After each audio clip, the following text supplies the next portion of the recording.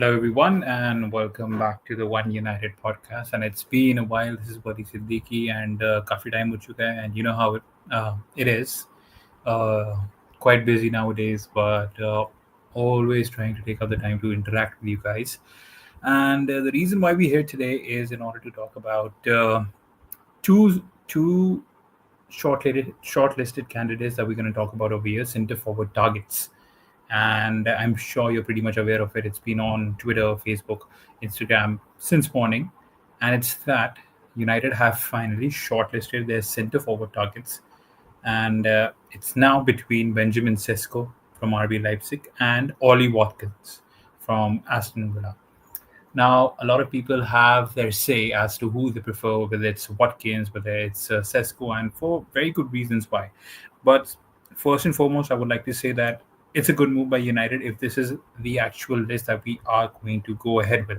Because let's not forget, when we started our transfer speculations, we were talking about the likes of Victor Osimhen, we were talking about the likes of Victor Gyökeres. We all saw what happened with Victor Osimhen, Fenerbahce. We all saw what happened with Victor Gyökeres. He's in Arsenal now. Fair play to him. Fair play to Arsenal. A very good signing. It's going to be very interesting that first game of the season when he comes up against his former manager Ruben Amorim under the Old Trafford lights. That's going to be one heck of a game, and it'll be interesting even more. It will be even more interesting if we end up signing someone of the likes of Benjamin Sesko, because let's not forget that Arsenal were also targeting Benjamin Sesko. So United's first priority, as several supports was actually Victor Gyökeres. He went to Arsenal, and Arsenal's first priority, according to reports, were Sesko. But Gyökeres fancied a move to Arsenal, and it actually made that transition for him and Arsenal easier. So it'll be really interesting to see if we actually go ahead with him. And I would like to hear your thoughts as well on this matter, as to what is your preference of you. Okay, so let's talk about Sesko first. As per the Athletic and Laurie Whitwell, I beg your pardon, Benjamin Sesko is someone who would be available for somewhere around 69 million, 70 million pounds. Whereas Ollie Watkins, on the other hand, would be negotiable when it comes to around the range of 45 to 50 million pounds. So that's actually a decent uh, move if you consider Ollie Watkins. See, now not be the United of old. A lot of people might be fancying Sesko, and there's a good reason behind it. They're saying that he is the best young upcoming striker. He can be the next Alexander Isaac. Isaac, let's not forget how he started off his career, and then in Newcastle he just exploded, and now he's one of the hottest Premier League centre forwards in the Premier League at this moment of time, and he's fancying a move, and Liverpool are right behind him. Similarly, people are fancying Benjamin Sesko. He's just 22 years of age. And although his stats might not have been as of impressive, if you consider his stats in the Bundesliga last season, he's just 22 years of age. And if we talk about his stats last season, let me just take it out for you guys. It's my Wi-Fi is quite slow, and this sucks. Anyways, but yeah, let me just look into the stats, and yes, it's right over here. So 15, no, there's some problem with my connection. Yes. So last season he had 13 goals and 5 assists from 33 Bundesliga games. All right. 13 goals and 5 assists. The season before that, he had 14 goals and 2 assists. All right. Now, some might say that, like I said, he's 22 years of age, still a lot of room for improvement. But let's not forget the strikers that we currently have. Rasmus Højlund, he's a young striker. I think he's 21, 22, if I'm not wrong. Joshua Zirkzee, another young centre forward. Are we backing someone who is still yet to be proven and who is going to come into the hardest and the most challenging league in all of Europe? And would we expect him to bag in the goals? Because there's going to be a lot of pressure on him. All right, when Rasmus Højlund was coming in, there was a lot of excitement behind him, and there were a lot of people saying that he is the next big centre forward, and he has been doing wonders for Atalanta. Even though his stats weren't as favourable as Sesko's, people were still saying that there is something in him. And let's not forget his first season for United. He started off slow, but there was a phase in which we actually saw Rasmus Højlund scoring goals consistently. And let's not forget his stats in Europe, in the Champions League as well as in Europa League. He was actually consistently scoring goals. But we all saw what happened last season. Once you lose the confidence, you will not be able to basically and if he's not able to deliver in Old Trafford, you're going to get a lot of slack from your fans, be it in the stadium, be it online, because at the end of the day, this is like one of the biggest clubs in the world, the biggest clubs in the world. Because even though we might have finished 15th, the amount of criticism and the amount of praise that you will get is completely chalk and cheese in comparison to any of the other clubs. So Hoyland could clearly not handle the pressure last season. And I am going to talk about Hoyland as well because we are going to review that game against West Ham in which we won 2-1. We will talk about him. But for now, Benjamin Sesko, let's get back to it. Will he be able to take the pressure, the same pressure that Rasmus Hoyland was going through, because of which he didn't deliver last season? Will he be able to do the same? Will he be able to actually uh, turn out to be a long-term centre-forward proposition for United? Because if it turns, it's a gamble at the end of the day because you're investing a big amount of money, similar amount of money that you invested for Rasmus Hoyland, which was around 70 million pounds. Are you going to make that same mistake, or are you going to take that gamble and hope for the best? Will it work out? So this is where I am feeling a little nervous. This is where I'm feeling a little tentative. Where I would prefer a safety net, and my safety net would be if you are going in the path of actually recruiting proven Premier League players.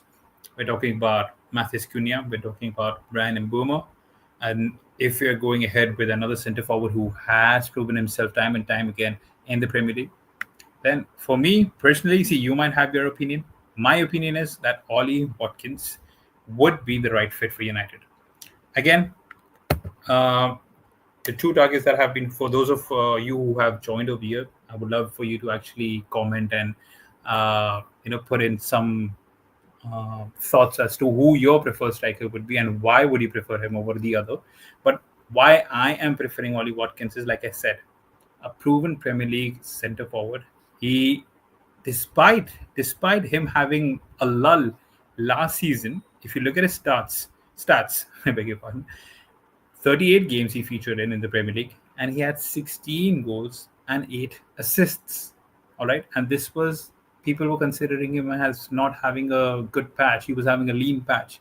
Imagine the likes of Joshua Zirkzee or Rasmus Hoyland scoring the same amount of goals as Ollie Watkins. We would have called them as one of the best centre forwards the Premier League has ever seen. We see United fans and fans in general are fickle, and when we're talking about our fan base, even if you do something as good as 16 goals and 8 assists, we would say, oh, you wait for him next season, he's going to explode, 30 goals guaranteed. And even the season before that, Ollie Watkins in 23-24. From the 37 games that he featured in, he had 19 goals and 13 assists. All right, so 19 goals and 13 assists. So he's contributing in every sense. So he's that kind of a centre forward that you just don't have to feed. And you're saying that he just has to make the runs. He has to be there. He has to be there to score the scruffy goals. He has to put his head in, body on the line, etc. He's going to do all that. But apart from that, Ollie will certainly be there in the build-up play. He's going to make the channeling runs. He's going to make the runs for the others. He's going to actually run in behind. He is going to have that 1-2 intricate passing between Cunha, Bruno, and Mbeumo, let's say, if he signs for us. And he's done that for Aston Villa. And let's not forget that even in the Euros 2 seasons ago, he actually scored a clutch goal. I forgot. I think it was in the semi-final, was it? It was in the knockout stages. So definitely, Watkins has that in his locker. You cannot downplay him. And you might say, see, people are concerned about his age. He's 29 years of age. All right, fair enough. He'll be turning 30 this year. Fair enough, I get you. But let's just rewind a little. All right, let's talk about this last decade. Who has been our best centre forward signing this last decade? 2 names come to my mind: Zlatan Ibrahimovic and Edison Cavani. What was their age? Zlatan Ibrahimovic, when he signed for United, I think he was in his late 30s, 35, 36, somewhere around that, or even 37. I might be wrong. And Edison Cavani, again, late 30s, mid 30s. And we always take a trip to nostalgia when we remember about that center forward that we need someone like a Zlatan Ibrahimovic or an Edison Cavani, who's going to be there, who's going to have a presence, who's going to be a nightmare for the defenders, who's going to inspire the other attackers to actually put in the crosses. He's there, who's going to make in those dotting runs. See, with time, if you're a good enough striker, you are going to be a problem. All right. Harry Kane, he is still a problem as a centre forward for other defenders. Ollie Watkins has the potential to do something big. I just feel that in Aston Villa, he isn't being as he is considered as a good. He is considered as one of their favorites, fan favorites, etc. But in United, if he actually bags in the same number of goals and even let's say enhances if his performance by let's say 5 times or even double that than what he was doing at Aston Villa, there is going to be a song for him. He is going to turn into something very special. And once the fans actually start singing your songs, once you are praised online, once you are praised everywhere, you will be the center of attention because you will be a number 9 for Manchester United. All right, you have it in your track record of scoring goals in the Premier League. It's not going to be different. The only thing different would be that there will be loads of expectations on you this time around. Criticism is going to be there as well as your praise if you're actually going to do well. Watkins is a proven player. If he does that, he's going to be a hero for United. And I feel that if he actually gets that season number 1 goal, then you can expect the next 4 to 5 seasons to actually bank on it. And this is the time to actually have a center forward who can guide your other younger players, the likes of your Joshua Zirkzee. If Rasmus Højlund stays for United, which I'm not in favor of, if he does, then you never know. He could actually be mentored by someone like an Ollie Watkins. He's quite underrated if we actually talk about it. So that is the reason why I am leaning towards Ollie Watkins. All this talk about age, I think he still has good number of years under him. 29 years of age, good enough.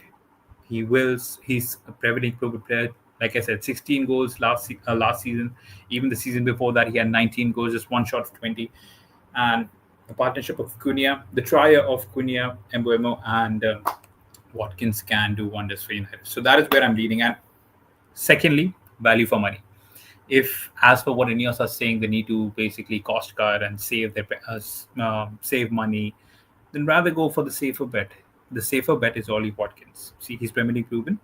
You don't have to pay much, 45 to 50 million. And Aston Villa, on the other hand, their PFP is quite poor at this point of time. And despite what they say, they need to sell some players, all right, in order to generate some revenue. So Ollie Watkins is one of their prized assets, and him going for around 45, 50 million is something definitely which is going to work. Now, let's not forget that they also tried to loan off Emi Martinez. Actually, United wanted to loan Emi Martinez, but as per Aston Villa, as per reports, what they've said is that Aston Villa, after that loan spell, wanted United to actually buy him at the end of the day.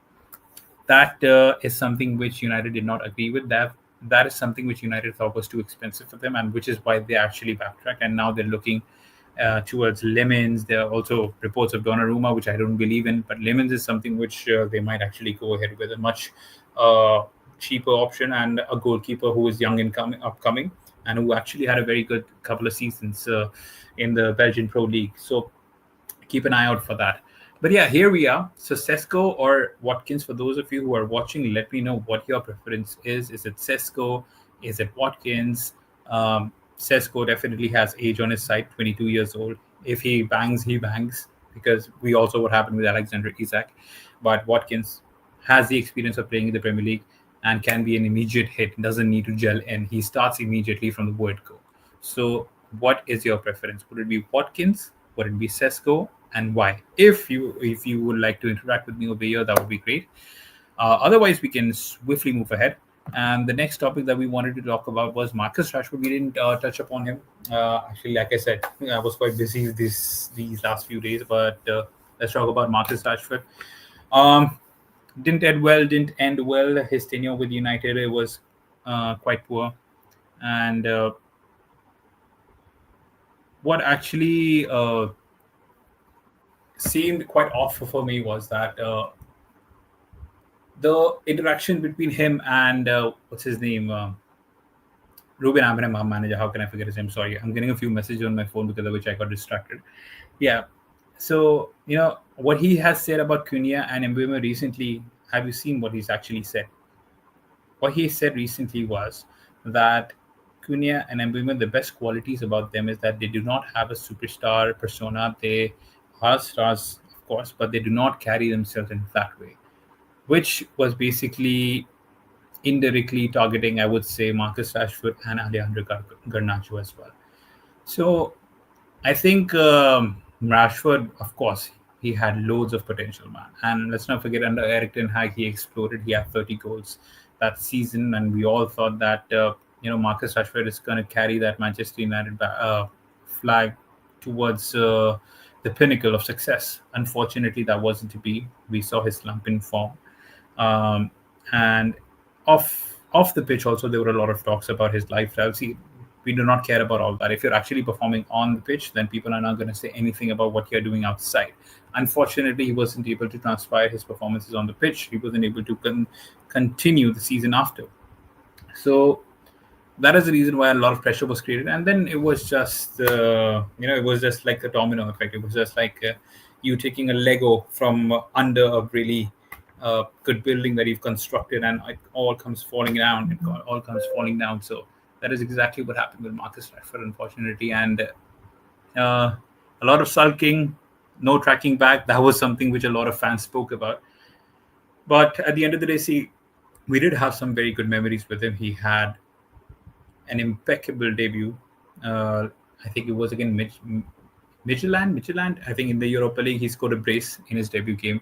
He scored in the Derby debut. He scored in the debut against Arsenal, which was his Premier League debut. He scored in his debut for England. So we all thought that this guy's a star in the making, and he's gonna, be in United for years and years to come. And there were some very good moments, like I said, a brace against Liverpool, that free kick against Chelsea, that season under Eric Ten Hag where he scored 30 goals. Even that season under Ole Gunnar Solskjaer, I think that was, even though he got 30 goals under Eric Ten Hag, that season under Ole Gunnar Solskjaer, I think, in which he was actually running down the flanks with his, and that dynamism, that directness that we saw from Marcus Rashford, that was his greatest strength. That was a pretty good season as well, but he had seemed to lost that. But anyways, he's got his dream move to Barcelona. He's currently on a loan, and if his season does go well, there is a possibility that Barcelona can end up buying him. And I think Rashford can be a success over there. We all saw what happened with Rafinha. And La Liga, in comparison to Premier League, is relatively a much slower league. And it's not as physical as the Premier League is. At this point of time, I think this is the peak of Premier League competitiveness. We are talking about pace. We're talking about... what else are we talking about? Pace, we're talking about dynamism, we're talking about physicality levels, we're talking about talent, we're talking about the number of foreign manager talent, we're talking about everything. I think Premier League is right now the pinnacle of success. It's on its peak. We saw what happened in the Club World Cup. No one was giving Chelsea any sort of encouragement, and they were thinking that PSG are the ones who are going to cruise past Chelsea. And we all saw what happened. They schooled PSG left, right, and center. Then you talk about Europa League, Tottenham ended up winning that. You talk about Conference League, Chelsea cakewalk that once again. Yes, in the Champions League, it was your PSG who actually ended up winning the Champions League biggest trophy, and very well. They deserved it, of course. But Arsenal made it to the semi-finals, and they actually did make things a little challenging for PSG there as well. If it wasn't for Donnarumma, things could have been different in the first leg. And you never know. Arsenal could have actually cruise their way to the final. So, like I said, Premier League is right now the toughest league in the world, and I think Rashford does deserve a break in terms of, he needs to redevelop his skills, he needs to redevelop his confidence. And I think if he goes, since he's gone to Barcelona, I think he's going to do that. He does have that talent, he does have that killer instinct, which can actually make him a club favorite, which can actually make him a fan favorite. So good luck to him. I wish him all the luck. Now, Garnacho is the next one that we're going to talk about. Now, Alejandro Garnacho is also, of course, posting a lot of videos, his workout videos on Twitter, on Facebook, on Instagram. And, he's promoting himself a lot, showing his work ethic, apparently. So Garnacho is fancying a move to Chelsea for quite a while now, and there is a possibility that Chelsea might go for him because Chelsea, they recruit anyone. They're recruiting almost the entire world at this stage. And Garnacho, regardless of his season that he had, he still was one of the top goal scorers for United, and he still is a bright talent. He's still new, so Garnacho might be fancying a move to Chelsea. I think we might be seeing him go there. It might drift towards uh, when we head closer towards the Premier League season. I think that's where we might see the likes of Alejandro Garnacho moving away. There were talks about Napoli as well, but I do not think if he might Napoli might be able to afford him. I uh, I think it's Chelsea at the end of the day, and he is actually preferring staying in the Premier League. So that's Garnacho's preference as well. So Chelsea and Tottenham is another club that I am looking at. The reason why I say that is because Heung-min Son is on his way to the MLS as per reports. So if he does go, they would be needing another attacking player with a lot of flair and pace. And Alejandro Garnacho is your answer, and United wouldn't. I don't think they would be having a problem selling him off to Tottenham. So I think the two London clubs to watch out for Alejandro Garnacho are Chelsea and Tottenham Hotspur. So I think yes, we will get rid of him. We have Anthony as well. Al Nasser apparently are interested in signing Anthony. That would be interesting to see. Of course, they have the funds. Of course, they have the funds to pay for his wages, and they can sign him for 15 million. That would be good. But it's good to see that United are making some movement finally. We've signed two players already. We have Rashford gone on loan. Garnacho might be the next player who might shortly leave. But I think the centre forward solution is what comes next, and we are also eyeing a midfielder and a goalkeeper. Now, people might say that a centre forward, a number 9 position, is our priority, but if you ask me or most of the fans, United fans, I think we do need someone in the midfield region as well, an engine of sorts. Now, Ugarte did have a good game in the preseason game against West Ham, but last season there were a bit of hiccups from his end as well. You need someone like an N'Golo Conte who can actually, mop it all up. And Casemiro, all right, he did have an impressive Europa League season, and he did come clutch in some of the games. But you need someone, if it was an older version of Casemiro, I mean a younger version of Casemiro, then of course that would have been the best fit. We need someone who can mop it all up, do the dirty business, who can actually, snatch it and on the turnover, pass it on to the next midfielder. That is someone that we need. Now, would it be Baleba? Would it be Kone from our own academy, or would it be someone else? That would be interesting to see. But more than a centre forward, I think if we actually get a midfielder, sort that out, then considering that we already have a bit of flair on both flanks by Mbuemo and Cunha, then we might be able to actually do something quite fruitful. And we have James over here. James is saying that he prefers Watkins. I agree with you, James. I too prefer Ollie Watkins. I think he is the guy who could actually from day one have a major impact with Manchester United. Like I said, he doesn't need to gel in, because if we even do get Sesko, the pressure would be on him because we got him for 70 million.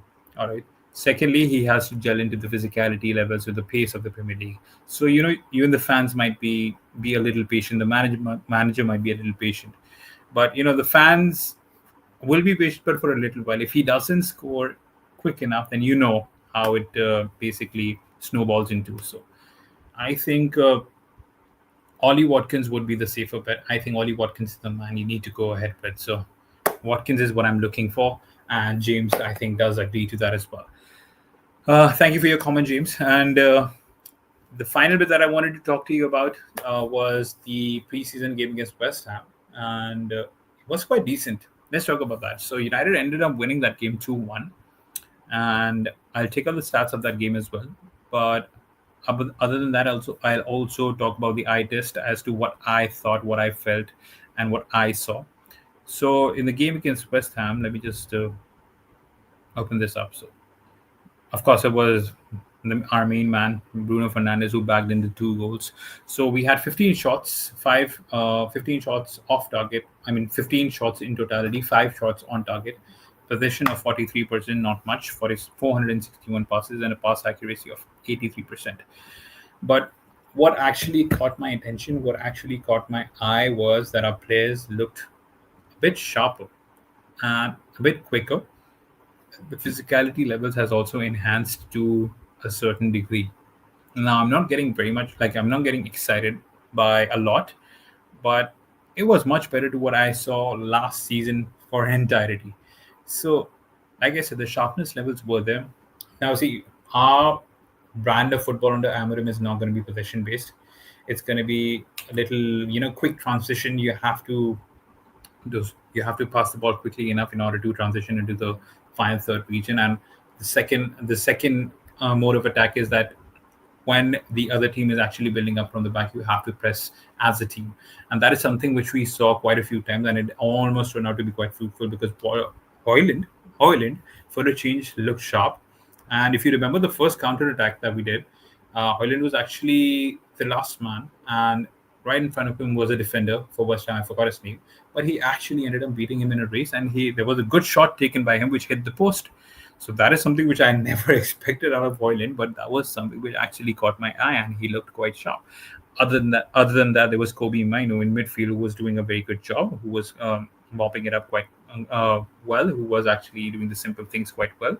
Other than that, there were some diagonals that were reminiscent of Paul Scholes that was made by Kobe Mino. So everyone looks a little bit fitter. And Bruno Fernandes, I think, what needs to be said about him? Two, see, one of them was a penalty. Of course, if you can bet your life on Bruno Fernandes' penalty, if he's on it, he's going to score the goal.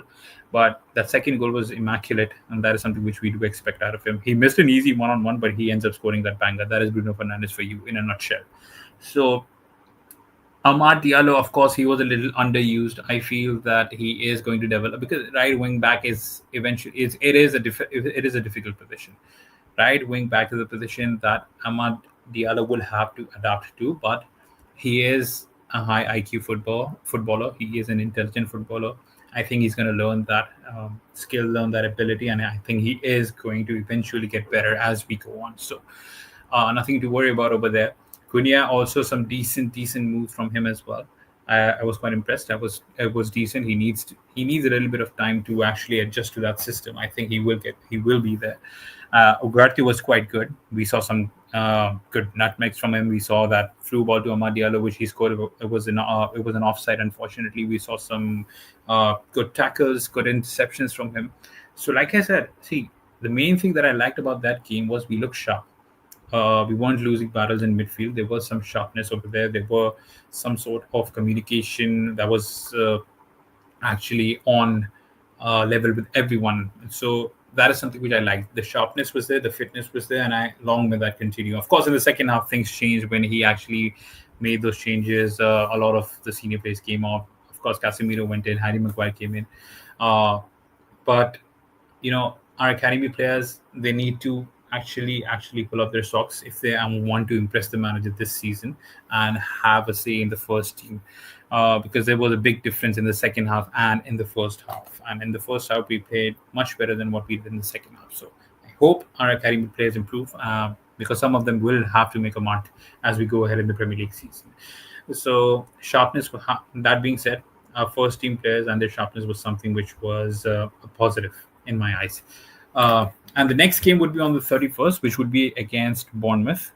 And looking forward to that as well. And it's good that we're facing such Premier League teams because, what was our struggle last season? Premier League fixtures was our struggle. The Europa League, we ended up actually doing quite well. But where did we lose when we actually ended up facing a Premier League team in the finals? So I hope, and since Premier League is going to be our only focus, we need to actually beat these teams. We need to know how to beat these teams, and these games would actually be pivotal in order to shape the first few fixtures for us. And the first few fixtures are in fact quite massive for United, especially the first one versus Arsenal. That's going to be interesting. I'm waiting for that. It's going to be Gyökeres versus that United defense. A lot of United fans had high hopes that Gyökeres would actually choose Amorim and United. And if we had won that Europa League, I think Gyökeres was coming in. And as per what Fabrizio Romano had said, 99%, it would have been a certain deal had United won that Europa League, that Gyökeres would have come in the Champions League. So unfortunately, that wasn't the case. There are still talks about Sesko and Watkins, two very good players. I would be a happier person if we sign Watkins. I wouldn't be too disappointed if we get Sesko. I wouldn't be too disappointed, but it would definitely be a gamble. It would definitely be a gamble, and it would put a lot of pressure on him.